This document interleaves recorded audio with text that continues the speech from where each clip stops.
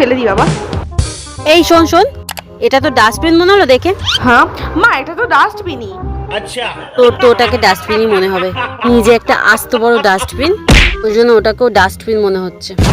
এটা দেখে তো আমার ডাস্টবিনই মনে হলো, তাই ফেললাম।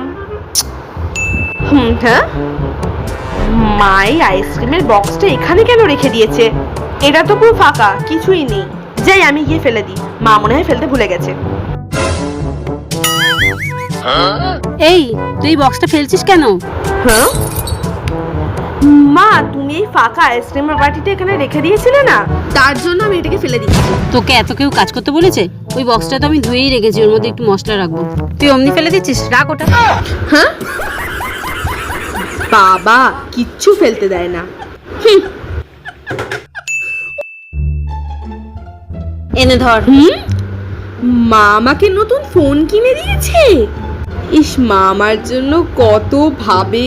সেদিনকে আমি ফোন করছিলাম, তার জন্য মা আমার জন্য ফোন কিনে দিয়েছে। দে। মা, তুমি আমার জন্য ফোন কিনে এনেছো? আরে দে না। আমি খুলবো। দে বলছি। আরে আমাকে খুলতেই দিল না। এটা ফোন দেখছে ও বসে বসে।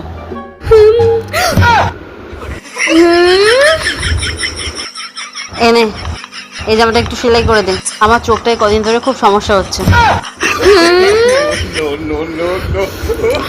আমার চোখের থেকে বেশি প্রবলেম।